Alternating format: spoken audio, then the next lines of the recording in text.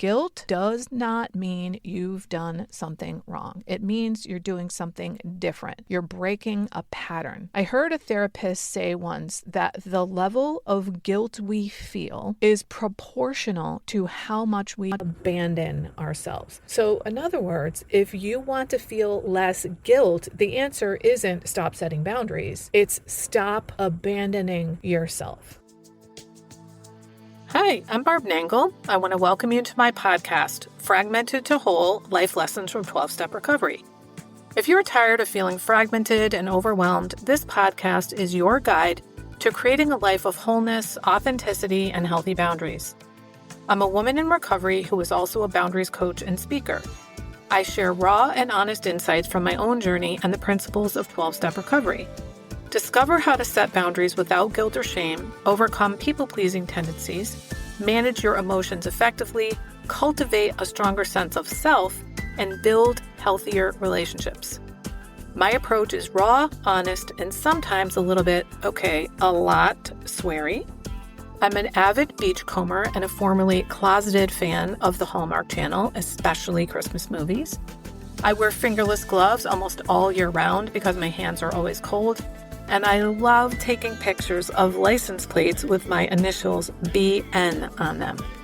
I don't speak for or endorse any particular 12-step program of recovery. Though I'm a huge fan of 12-step recovery and a member of two such fellowships, I cannot speak for them. If you're ready for real talk and practical tools for transformation, keep listening. This is episode 349, How to Overcome Guilt and Handle Pushback When Setting Boundaries. This month's theme has been time and energy boundaries, and this is the final episode on that theme. So I want to zoom out a little bit and talk about the deeper through line underneath all of this, because time and energy boundaries aren't really about managing your life. They're about whether you stay with yourself or abandon yourself. That's what this is really about.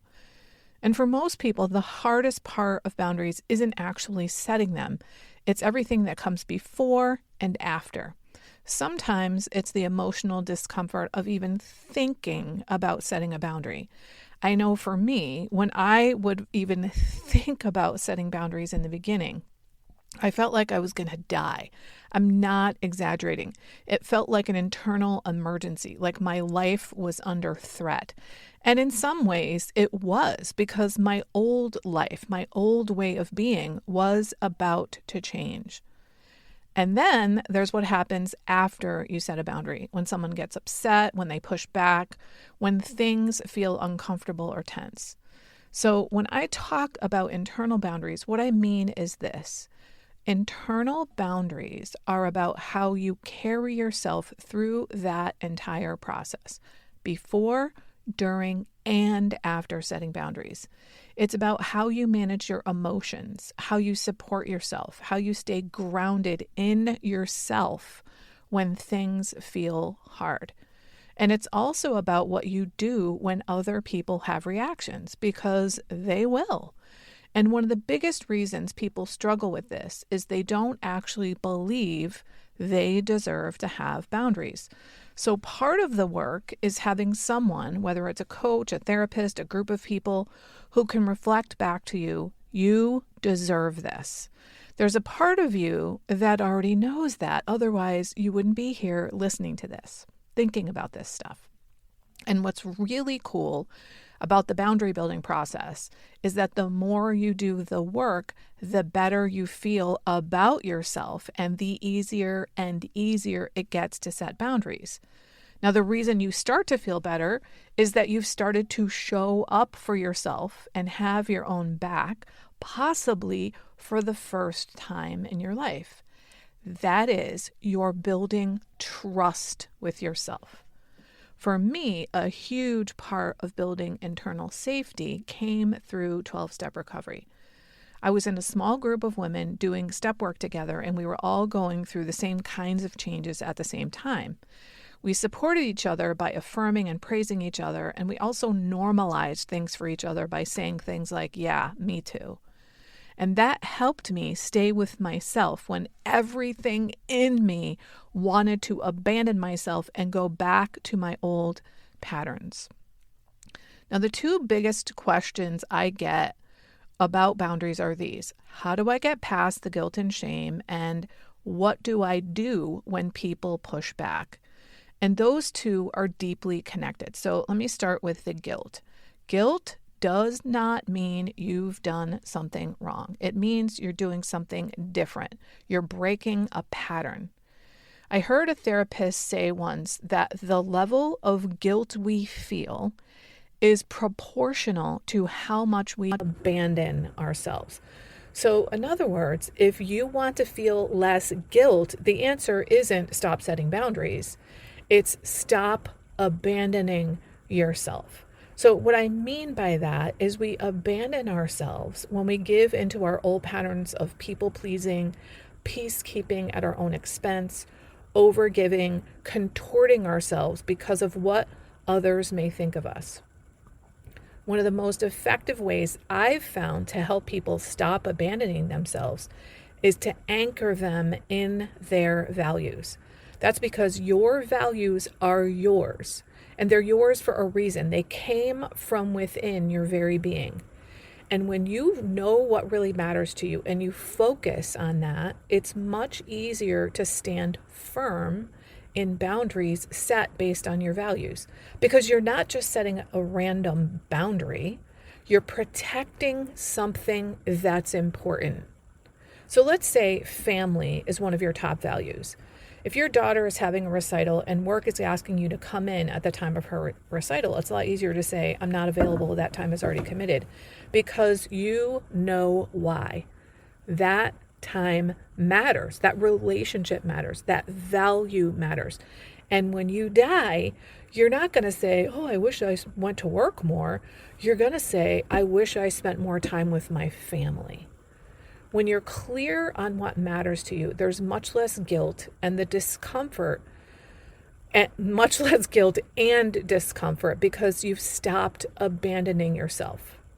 And here's another important piece that I've come to understand. Just because you feel something doesn't mean it's an instruction. I used to think my feelings meant that I had to do certain things. Feeling guilty doesn't mean, oh, I must have done something wrong, I need to fix this. No, it just means you're having a feeling. Now, let's talk about pushback, because this is where people really start to doubt themselves. Here's the truth. Other people's reactions are not evidence that you've done something wrong. There's a whole host of reasons people push back. It could be because they're testing you, because they don't know if you mean it, especially if you've never set boundaries before. It could be that they forgot that you set a boundary because this is new for them, just like it's new for you. It could be that they have shitty boundaries, which means it's even more important for you to stand firm in your boundaries. Their reactions, regardless of why they're reacting, are not evidence, they're reactions. I used to believe that if someone was upset with me, it meant I was a bad person, and that being a good person meant I needed to fix it by making them feel better, backtracking to undo whatever I had done. But that's not actually what was going on. If you've been over accommodating someone for years and you stop, of course they're going to be upset. You were making their life a lot easier for a long time, and now you're not. So that's a change, and they get to have feelings about that. It makes sense.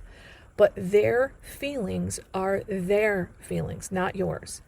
And one thing I see all the time with my clients is this pattern of backtracking.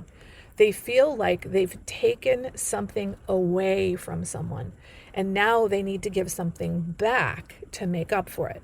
But you haven't taken something away. You've simply stopped over-giving. That's not the same as taking something away. And here's a reframe I love. Their reaction is not evidence you did something wrong. It's evidence that they heard you. And if you're having feelings about their feelings, You get to look at that. What does this bring up in me?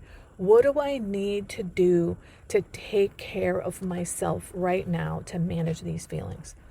Because your feelings are yours to manage, just like theirs are theirs to manage. And I'll add this too. Resentment is a really useful signal. It's a diagnostic tool. I love that term. If you're feeling resentful, there's a very good chance that a boundary is needed or a boundary needs to be strengthened. Another big shift is this. You don't need to control outcomes. What you need to do is stay with yourself. Setting a boundary does not guarantee you're going to get the outcome you want. You can't make other people behave differently. You can't control whether they agree or approve or change. You can only control what you do. So, for example, if you have someone in your life who struggles with alcoholism, a boundary is not you can't drink. That's not a boundary. That's you trying to control them. A boundary is if you drink, I won't give you money, and then if they drink, you don't give them money. A boundary is if you drink, I'm not calling in sick for you or making excuses to your boss for you. And then if they drink, you don't call in sick for them and you don't make excuses to the boss for them. Those are boundaries. You're defining what you will do or not do. Because when you focus externally, trying to control other people, you create an unmanageable life because you're trying to control the uncontrollable. But when you bring the focus back to yourself over and over again, something starts to shift.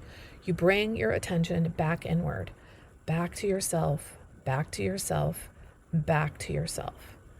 And over time, it's like your center of gravity moves. You're no longer scattered out there trying to manage everyone and everything. You're grounded internally in yourself. And eventually, you don't have to keep reminding yourself to keep the focus on yourself. It just becomes how you live because you have an internal gravitational pull now. That's what it means when I say I don't set boundaries, I have boundaries. Now, I used to set them, but now they've become internalized. So I don't need to set them. I just know where I end and others begin. What's mine and not mine. I almost never have to think about what's my boundary here because I just know. And finally, I want to leave you with this.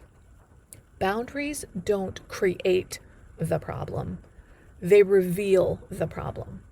A lot of people will say everything was fine until you started setting boundaries. That's not actually true. Things weren't fine. You were just tolerating things that weren't working for you. You were saying yes when you really wanted to say no and putting up with things that felt intolerable. And you were quietly building resentment. So when you start setting boundaries, what you're really doing is bringing the problem into the open. You're saying, this isn't working for me, and I'm not willing to keep doing it. That might create visible conflict that just wasn't visible before, but the conflict was already there. It was just inside of you. So if you take anything from this episode, let it be this. Boundaries are not about controlling other people. They're not about getting the perfect income.